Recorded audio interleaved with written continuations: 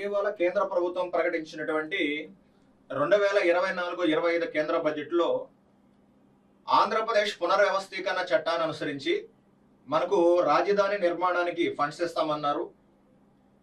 అదేవిధంగా పోలవరం ప్రాజెక్ట్ నిర్మాణానికి ఫండ్స్ ఇస్తామని చెప్పారు. వెనకబడిన ప్రాంతాల అభివృద్ధికి ఫండ్స్ ఇస్తామని చెప్పారు. అదేవిధంగా చెన్నై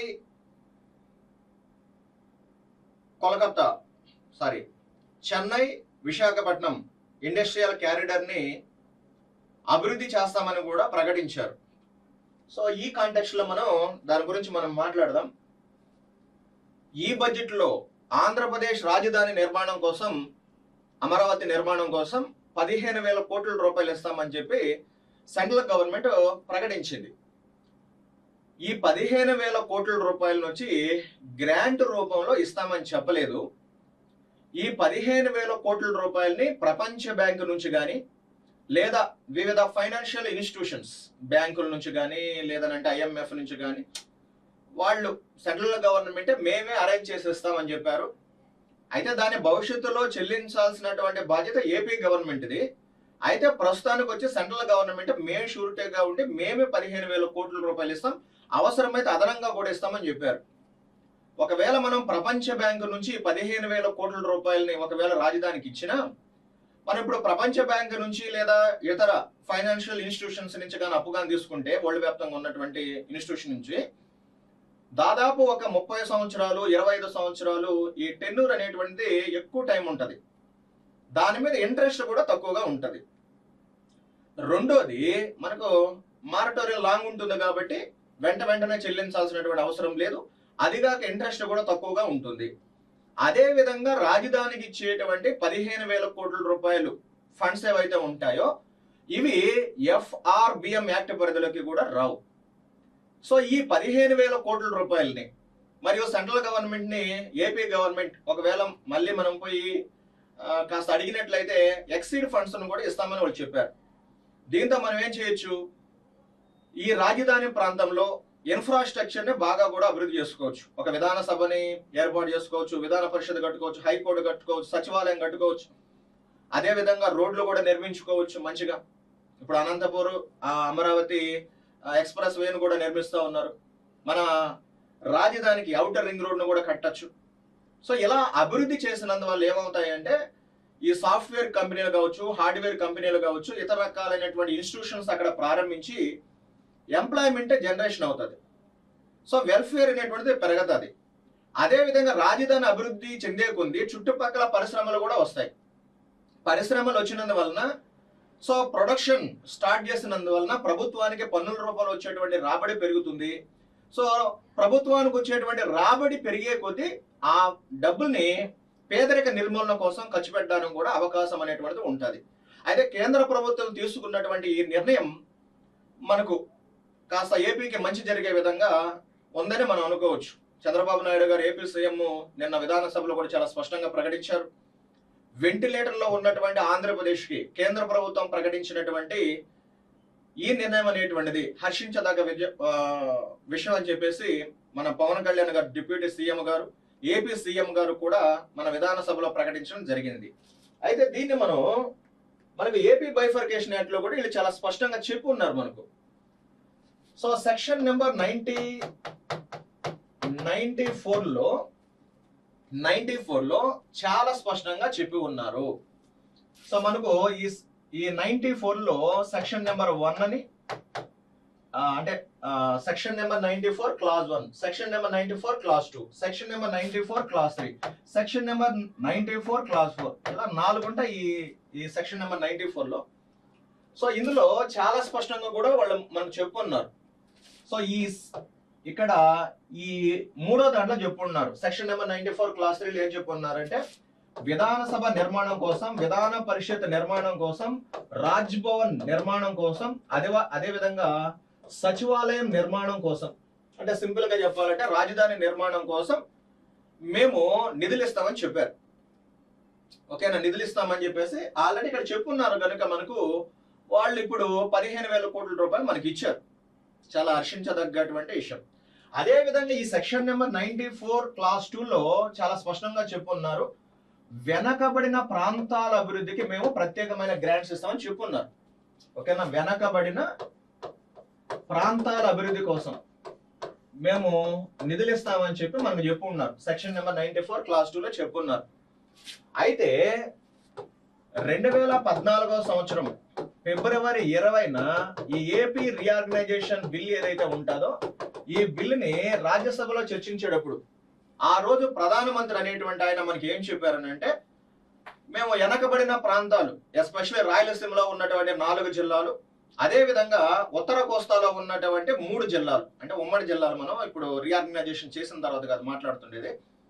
సో శ్రీకాకుళం, విజయనగరం, విశాఖపట్నం ఈ 7 జిల్లాల అభివృద్ధి కోసం మేము 5 సంవత్సరాల పాటు గ్రాంట్స్ ఇస్తామని అన్నారు. అయితే మనోళ్ళు ఏమన్నారు, ఆ రోజు బీజేపీ పార్టీ తరఫున దివంగత అరుణ్ జైట్లీ గారు, వెంకయ్య నాయుడు గారు కూడా సాక్షిగా ఉన్నారు. మనోళ్ళు కూడా ఒప్పుకున్నారు బీజేపీ వాళ్ళు. అయితే 2014లో ఎలక్షన్లు జరిగిన తర్వాత ఆంధ్రప్రదేశ్ గవర్నమెంట్ ఏం చేసిందంటే, ఈ రాయలసీమలో ఉన్నటువంటి ఈ 4 జిల్లాల సమగ్ర అభివృద్ధికి మరియు ఉత్తర కోస్తాలో ఉన్నటువంటి 3 జిల్లాల సమగ్ర అభివృద్ధికి వాళ్ళు ఏం చేశారు, 24,350 కోట్లు గ్రాంట్ ఇవ్వమని చెప్పి ఏపీ గవర్నమెంట్ ఆ రోజు సెంట్రల్ గవర్నమెంట్ అడిగింది. అయితే సెంట్రల్ గవర్నమెంట్ ఏం చేసింది, చాలా స్పష్టంగా చెప్పింది, మేము 24,350 కోట్ల రూపాయల గ్రాంట్ ని మీకు ఇలేము, ప్రతి జిల్లాకి 50 కోట్లు చొప్పున, గుర్తుపెట్టుకోండి ఇది, ప్రతి జిల్లాకి 50 కోట్లు చొప్పున 5 సంవత్సరాల పాటు మేము మీకు ఇస్తామని చెప్పారు.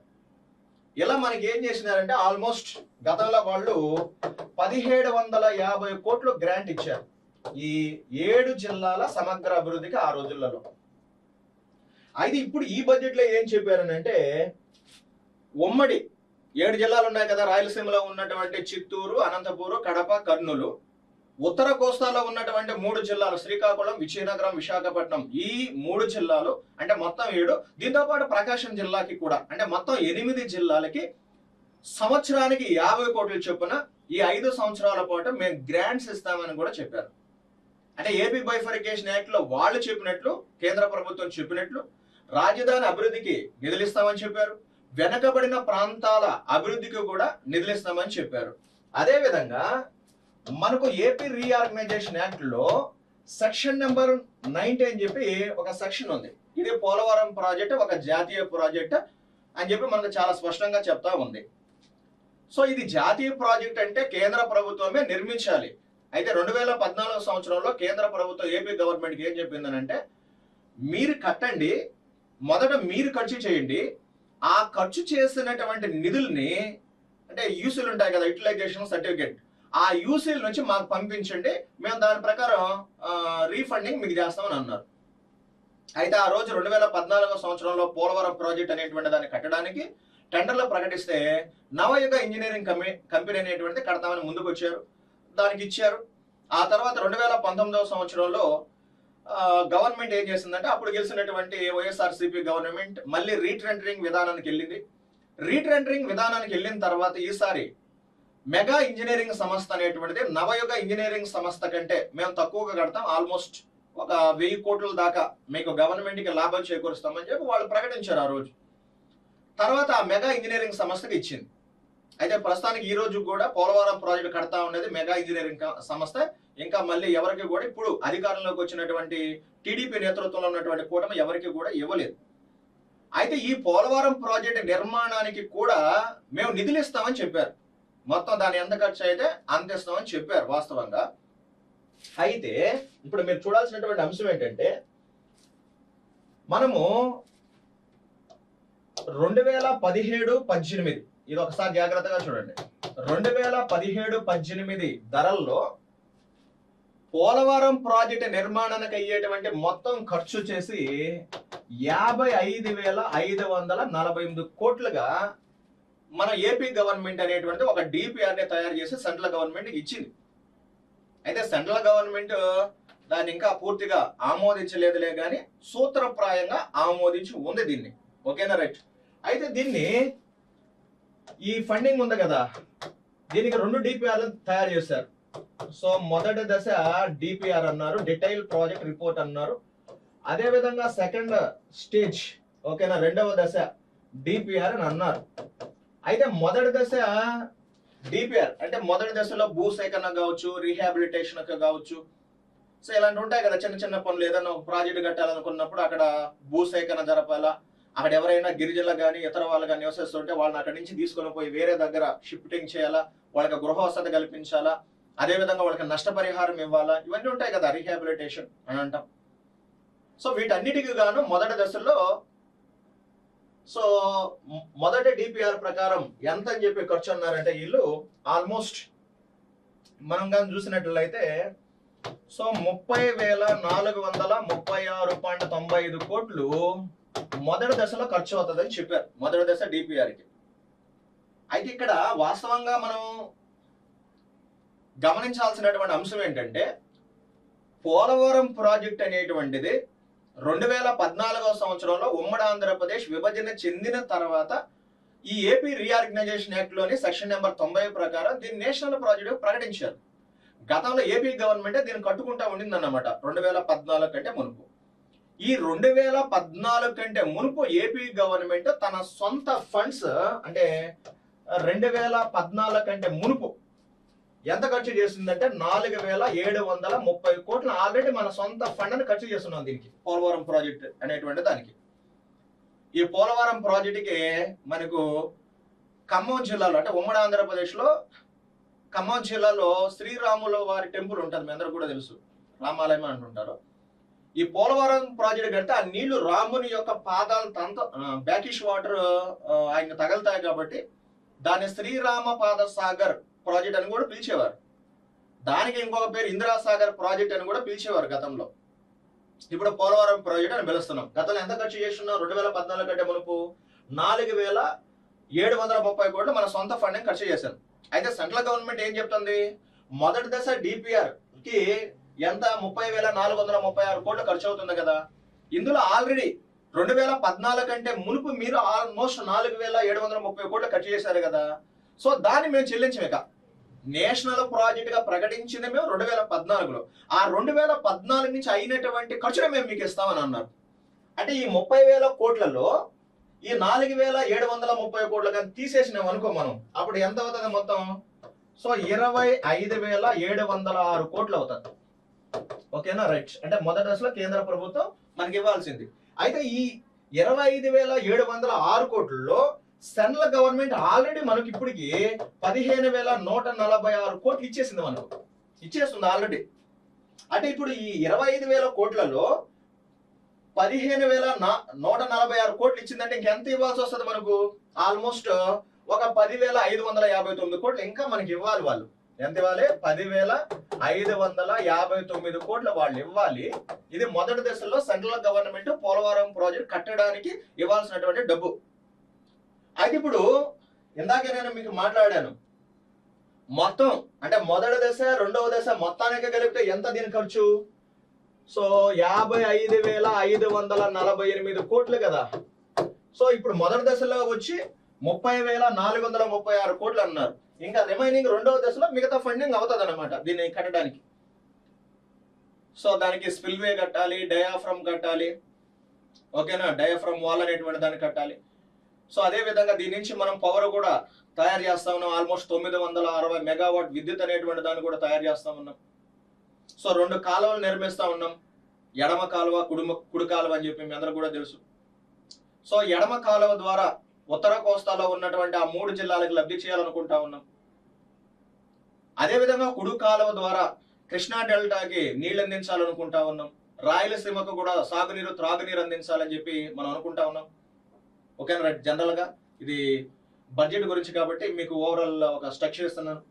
అయితే ఇప్పుడు రెండవ దశలో పన్నులు కూడా మన వాళ్ళు ఖర్చు చేస్తున్నారు. రెండవ దశ కింద ఆల్మోస్ట్ ఇప్పుడు దాకా మనం ఎంత ఖర్చు చేస్తున్నామంటే 1,597 కోట్లు మనం ఖర్చు చేస్తున్నాం. ఓకేనా, 1,597 కోట్లు వచ్చి రెండవ దశలో ఖర్చు చేస్తున్నాం అన్నమాట, డిపిఆర్ 1 డిపిఆర్ 2 కింద. అంటే ఇప్పుడు దాకా మనం చేసినటువంటి ఖర్చులో అంటే మనం ఇప్పుడు 25,706 కోట్లు ఇంకా వాళ్ళు ఇవ్వాలి కదా, అందులో మనం ఖర్చు చేస్తున్నాం. సో వాళ్ళు 15,146 కోట్లు ఇచ్చున్నారు. ఇంకా మనకు మొదటి దశలో 10,559 కోట్లు వాళ్ళు మనకి ఇవ్వాలి. ప్లస్ రెండవ దశలో ఆల్రెడీ మనం 1597 కోట్లు ఖర్చు చేస్తున్నాం కదా. ఇప్పుడు మొత్తం కలిపితే ఇమీడియట్ గా పోలవరం ప్రాజెక్ట్ కి సెంట్రల్ గవర్నమెంట్ ఇమీడియట్ గా మనకి ఇవ్వాల్సింది 12,157 కోట్లు వెంటనే ఇవ్వాలి. ఇప్పుడు మనం ఖర్చు చేస్తున్నాం, మన సొంత ఫండింగ్ ఖర్చు చేస్తున్నాం పోలవరం ప్రాజెక్టు మీద. ఇప్పుడు కానీ 12,157 కోట్లు కానీ ఇమీడియట్ గా కానీ వస్తే పోలవరం ప్రాజెక్ట్ అనేటువంటి దాన్ని రానున్నటువంటి 2-3 సంవత్సరాల కట్టి ఈ ఆంధ్రప్రదేశ్ ని సస్యశ్యామలం చేసేవచ్చు. సస్యశ్యామలం చేసిన తర్వాత సో ఆంధ్రప్రదేశ్కి జీవనాడి లైఫ్ లైన్ గా తయారవుతుంది. సో ఫుడ్ ప్రొడక్షన్ కూడా పెరుగుతుంది. ఈ భారతదేశానికి ఆంధ్రప్రదేశ్ అనేటువంటిది సో ఫుడ్ బౌల్ ఆఫ్ ఇండియాగా మనం పిలవచ్చు. భారతదేశ ధాన్యాగార సంస్థగా మన ఆంధ్రప్రదేశ్ ను మనం పిలుచుకోవచ్చు. సెంట్రల్ గవర్నమెంట్ ఈ విషయాన్ని కూడా చెప్పింది, పోలవరం ప్రాజెక్ట్ నిర్మాణానికి అవసరమైనటువంటి మొత్తం నిధులు మేమే ఇస్తాం అని చెప్పి చాలా స్పష్టంగా కూడా ప్రకటించి ఉన్నది. ప్రస్తుతం సెంట్రల్ గవర్నమెంట్ లో వాస్తవంగా 2014 నుంచి 2024 వరకు సెంట్రల్ గవర్నమెంట్ కి ఏ రాష్ట్రం యొక్క ఎంపీలతో సపోర్ట్ అంటే ఏ రాష్ట్రానికి చెందినటువంటి ప్రతిపక్ష పార్టీలు కావచ్చు ఎవరి యొక్క మద్దతు లేకుండా వాళ్ళ సొంత మెజార్టీతో వచ్చారు. వాళ్ళు వచ్చినందువలన వాళ్ళ పార్టీ ఎక్కడైతే రూలింగ్ లో ఉందో ఆ రాష్ట్రాలు బాగా కూడా అభివృద్ధి చేశారు. మీరు చూసే ఉంటారు, ఒక ఉత్తరప్రదేశ్, ఒక గుజరాత్, ఒక హర్యానా, ఒక మధ్యప్రదేశ్, ఇంకొకరు ఎక్సీడ్ అయితే ఆ మహారాష్ట్ర అభివృద్ధి చేశారు. అయితే 2024 సంవత్సరంలో కొంచెం మీరు చూసే ఉంటారు, బీజేపీ పార్టీకి సంపూర్ణమైనటువంటి మెజార్టీ రాలేదు. ఈ రోజు ఆంధ్రప్రదేశ్ లో టీడీపీ పార్టీకి 16 లోక్సభ సీట్లు ఉన్నాయి, 2 జనసేనకు ఉన్నాయి. ఆల్రెడీ బీజేపీ వాళ్ళకు కూడా కొన్ని సీట్లు వచ్చి ఉన్నాయి. ఇప్పుడు బీజేపీ వాళ్ళకి వచ్చిన, టీడీపీ వాళ్ళకి వచ్చిన, జనసేనకు వచ్చిన వీళ్ళంతా కూటమి కాబట్టి ఈ రోజు సెంట్రల్ గవర్నమెంట్ లో అత్యంత కీలక పాత్ర వస్తున్నటువంటి రాష్ట్రం ఆంధ్రప్రదేశ్. సో కాబట్టి వాళ్ళు ఏమనుకున్నారు, ఆంధ్రప్రదేశ్ మాకు ఇంత మంచి చేసింది కాబట్టి ఈ రోజు సెంట్రల్ లో మేము రూలింగ్ లో ఉండడానికి ఒక రకంగా ఏపీ కూడా సపోర్ట్ చేసింది కాబట్టి దాన్ని మేము ఆదుకోవాలనేటువంటి ఒక ఆలోచన సెంట్రల్ గవర్నమెంట్ వచ్చినట్టుంది. ఇది ఒక మంచి శుభ పరిణామం అని చెప్పి మనం అనుకోవచ్చు. సో కాబట్టి ఈ పోలవరం ప్రాజెక్టు కూడా సెంట్రల్ గవర్నమెంట్ యొక్క సపోర్ట్ తో మనం పూర్తి చేసుకోవచ్చు.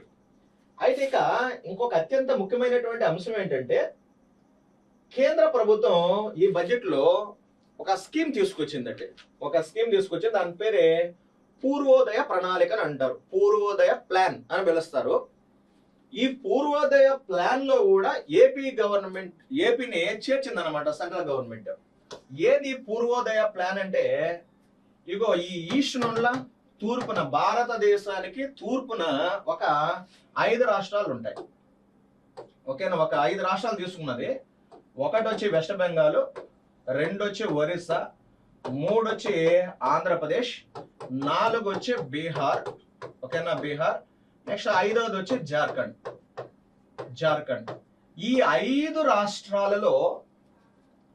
రాష్ట్రాలలో చారిత్రాత్మకమైనటువంటి ప్రదేశాలు, ఓకేనా, సాంస్కృతిక చారిత్రాత్మక ప్రదేశాలని బాగా కూడా అభివృద్ధి చేసి అక్కడ టూరిజాన్ని బాగా కూడా ఇంప్రూవ్మెంట్ చేసి తద్వారా ఎంప్లాయ్మెంట్ జనరేషన్ చేసి తద్వారా అక్కడ ఉన్నటువంటి ప్రజలు ఆర్థికంగా బలోపేతం చేయాలనేటువంటి ఉద్దేశంతో సో పూర్వోదయ ప్లాన్ అనేటువంటి దాన్ని 2024-25లో ఈ బడ్జెట్ లో సెంట్రల్ గవర్నమెంట్ ప్రకటించింది. సో ఇది భారతదేశంలో తూర్పున ఉన్నటువంటి 5 రాష్ట్రాలను చేర్చింది. ఈ 5 రాష్ట్రాల్లో ఏపీ కూడా ఒకటి. ఈ రోజు మన ఆంధ్రప్రదేశ్ లో చారిత్రాత్మకమైనటువంటి ప్రదేశాలు, సాంస్కృతిక పరమైనటువంటి ప్రదేశాలు ఈ రోజు మనం చూడొచ్చు. కైలాసగిరి మన విశాఖపట్నంలో మీరు చూడొచ్చు. దాని ఫండింగ్ ఇచ్చి బాగా కూడా అభివృద్ధి చేయొచ్చు. సో నెక్స్ట్ అదే విధంగా మన ఉమ్మడి కడప జిల్లాలో మనకు రాములవారి టెంపుల్ అనేటువంటిది ఉంటది, దాన్ని కూడా మనం అభివృద్ధి చేసుకోవచ్చు. మా ఊర్లో కూడా పాండవులు నివసించినటువంటి ఒక గృహ అనేటువంటిదే ఉంది. బకాసురుడు అనేటువంటి ఒక రాక్షసుడు కూడా ఉండేవాడట. మా ఊరు కొండను కూడా అభివృద్ధి చేస్తారు. టూరిజం అభివృద్ధి చేశారంటే ప్రతి ఒక ప్రదేశంలో టూరిజం డెవలప్ అయిందనంటే ప్రభుత్వానికి పన్నుల రూపాయలు వచ్చేటువంటి రాబడి బాగుంటది. అదే విధంగా అక్కడ ఎంప్లాయ్మెంట్ జనరేషన్ అవుతుంది. మీ అందరూ కూడా తెలిసిన ఒక టీ అంగడి, ఒక టిఫిన్ అంగడి, ఒక బజ్జీల అంగడి, అంటే బజ్జీల అంగడి, పకోడా అంగడి, దీన్ని మీరు నెగిటివ్ కోణంలో చూడొద్దు. ఎంప్లాయ్మెంట్ అంటే ఇదే, అర్థమైందా? రైట్. సో ఇలా ఏమవుతుంది, మనుషులకి ఎంప్లాయ్మెంట్ వస్తుంది, ఎంప్లాయ్మెంట్ వచ్చిందనంటే వాళ్ళ ఆర్థిక స్వావలంబన సాధిస్తారు. ఈ 2024-25 బడ్జెట్లో ఈ చెన్నై విశాఖపట్నం ఇండస్ట్రియల్ క్యారిడర్ని అభివృద్ధి చేస్తామని చెప్పి ప్రకటించారు. నెక్స్ట్ అదే విధంగా మనకు ఏపీ రీఆర్గనైజేషన్ యాక్ట్లో సెక్షన్ నెంబర్ 94లో క్లాస్ 3లో చాలా స్పష్టంగా చెప్పారు. ఏమని చెప్పారంటే ఇక్కడ ఆంధ్రప్రదేశ్లో విధానసభ అభివృద్ధి కోసం, విధాన పరిషత్ అభివృద్ధి కోసం, రాజ్భవన్ అభివృద్ధి కోసం, అదే విధంగా సచివాలయం అంటే మొదలైన వాటి అభివృద్ధి కోసం ప్రత్యేకమైనటువంటి నిధులు ఇస్తామని కూడా చెప్పారు. సో ఇప్పుడు ఆంధ్రప్రదేశ్కి ఆల్రెడీ రాజధాని అనేటువంటి పేరే ప్రకటించున్నారు కానీ దాన్ని ఇంతవరకు పూర్తి స్థాయిలో అభివృద్ధి చేయలేదు. సో ఈ సెక్షన్ నెంబర్ 94 క్లాస్ 3 ప్రకారం ఆంధ్రప్రదేశ్ రాజధానికి అవసరమైనటువంటి సహాయం మొత్తాన్ని మేము చేస్తామని చెప్పి మన ఆర్థిక మంత్రి నిర్మలా సీతారామన్ గారు ఆల్రెడీ ప్రకటించారు ఈ బడ్జెట్లో కూడా. సో ఇలా ఒకవేళ మనకు గాన నిధులు గాన ఇచ్చినట్లయితే ఈరోజు ఈ రాజధాని ప్రాంతంలో ఒక విధానసభ, విధాన పరిషత్, సచివాలయం, అదేవిధంగా హైకోర్టు, అదేవిధంగా గవర్నమెంట్ ఆఫీసర్స్ ఉండడానికి భవనాలు మొత్తాన్ని కూడా మనం కన్స్ట్రక్షన్ చేసుకోవచ్చు. రాజధాని అనేటువంటిది ఏర్పాటైతే సంస్థలు అనేటివి అక్కడ ఏర్పాటు చేసుకోవచ్చు. సంస్థలు ఏర్పాటు చేసుకున్నందువలన అక్కడ వాళ్ళు మనకు పన్నుల రూపాయలు వచ్చేటువంటి రాబడి అనేటువంటిది పెరుగుతుంది. దాంతో గవర్నమెంట్ దాన్ని తీసుకొని మళ్ళీ పేదరిక నిర్మూలన కోసం ఖర్చు చేయొచ్చు. అదేవిధంగా ఎంప్లాయ్మెంట్ కూడా జనరేషన్ అవుతుంది. ఎంప్లాయ్మెంట్ జనరేషన్ అయినందువలన సంక్షేమం కూడా పెరుగుతుంది. సో ఇది కూడా మనకు ఈ 2024-25 బడ్జెట్లో మనకు చాలా స్పష్టంగా కూడా ప్రకటించారు. అదేవిధంగా ఈ ఏపీ రీఆర్గనైజేషన్ యాక్ట్లో సెక్షన్ నెంబర్ 94 క్లాస్ 2 అని చెప్పి ఒక సెక్షన్ ఉంది.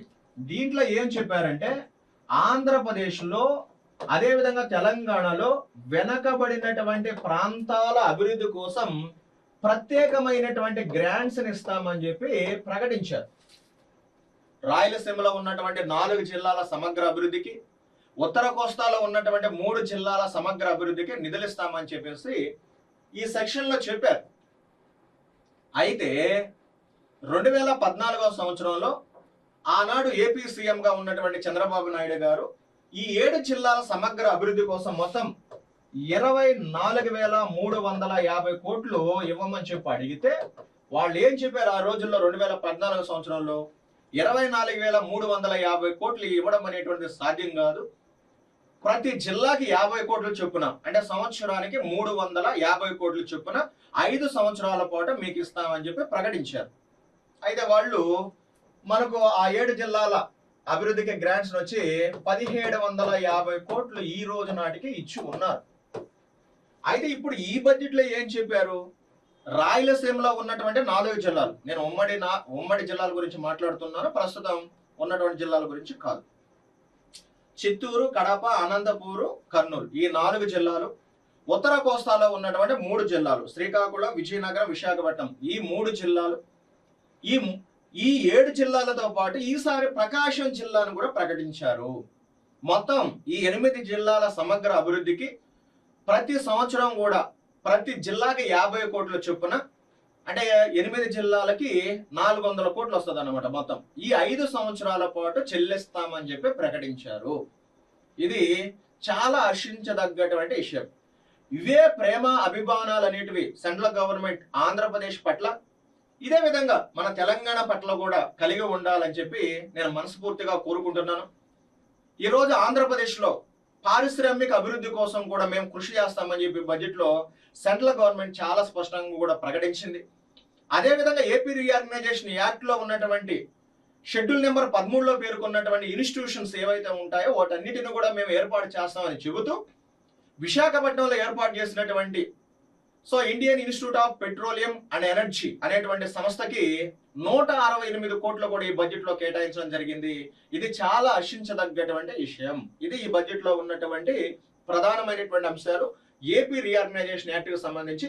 ఇవి ఏపీ రీఆర్గనైజేషన్ యాక్ట్ కాదు, ఏపీ ఎకనామీకి సంబంధించి కూడా కొంచెం గుర్తుపెట్టుకోవాల్సినటువంటి అంశాలు. రైట్, సరే ఒకసారి మనం చూద్దాం. సో ఏమేమి చెప్పారు? అమరావతి నిర్మాణానికి ఒక 15,000 కోట్ల రూపాయలు ఇస్తామని చెప్పారు. సో వెనకబడిన ప్రాంతాలు నిధులు ఇస్తామని చెప్పారు. అదే విధంగా పూర్ణోదయ ప్రణాళిక ఏదైతే ఉంటుందో దీంట్లో కూడా ఓకేనా మన ఆంధ్రప్రదేశ్ అనేటువంటి దాన్ని చేర్చారు.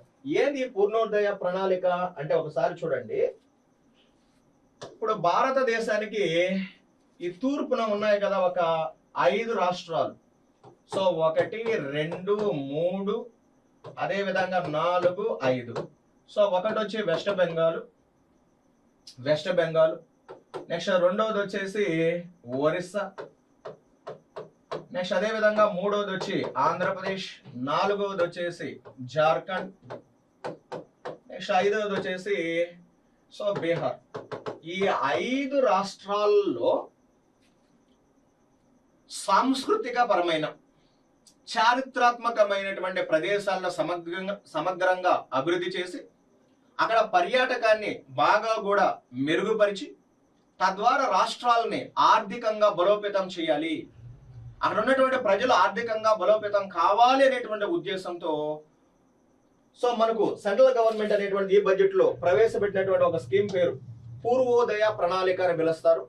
ఇందులో మన ఆంధ్రప్రదేశ్ కూడా భాగస్వామ్యం అనేటువంటి దాన్ని కల్పించారు.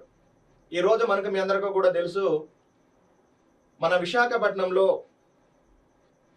మనకు కైలాసగిరి అనేటువంటి ఒక ప్రదేశం అనేటువంటిది ఉంది. అదేవిధంగా మన విజయవాడలో ప్రఖ్యాతగాంచినటువంటి దుర్గా టెంపుల్ అనేటువంటిది ఉంది. అదేవిధంగా మన కడప జిల్లాలో రాముల వారి టెంపుల్ అనేటువంటిది ఉంది. ఇలా రకరకాలైనటువంటి ప్రదేశాలు. సూలూరుపేటలో ఇప్పుడు తిరుపతి, గతంలో నెల్లూరు, శ్రీ చెంగాళమ్మ టెంపుల్ అనేటువంటిది ఉంది. వీటి అభివృద్ధి కోసం సెంట్రల్ గవర్నమెంట్ ఇప్పుడు ఈ ప్రణాళిక ప్రకారం ఆంధ్రప్రదేశ్ ఫండ్స్ ఇస్తుంది. తద్వారా ఆ ప్రాంతాలను మనం బాగా కూడా అభివృద్ధి చేయొచ్చు. అభివృద్ధి చేస్తే పర్యాటకం కూడా బాగా డెవలప్ అవుతుంది. పర్యాటకం డెవలప్ అయితే ఎంప్లాయ్మెంట్ జనరేషన్ అవుతుంది. ఎంప్లాయ్మెంట్ జనరేషన్ అయ్యిందని అంటే వెల్ఫేర్ పెరుగుతుంది. వెల్ఫేర్ పెరిగిందని అంటే ప్రభుత్వానికి పన్నుల రూపంలో వచ్చేటువంటి రాబడి పెరుగుతుంది. ఆ రాబడిని మళ్ళీ రాష్ట్ర అభివృద్ధి కోసం రాష్ట్ర ప్రభుత్వం అనేటువంటిది ఖర్చు చేస్తుంది. కాబట్టి ఈ బడ్జెట్ లో ప్రవేశపెట్టినటువంటి సో ఈ ప్లాన్ ఏదైతే ఉందో దీని వలన ఆంధ్రప్రదేశ్కి మంచి బెనిఫిట్ అనేటువంటిది జరుగుతుంది. Thank you very much.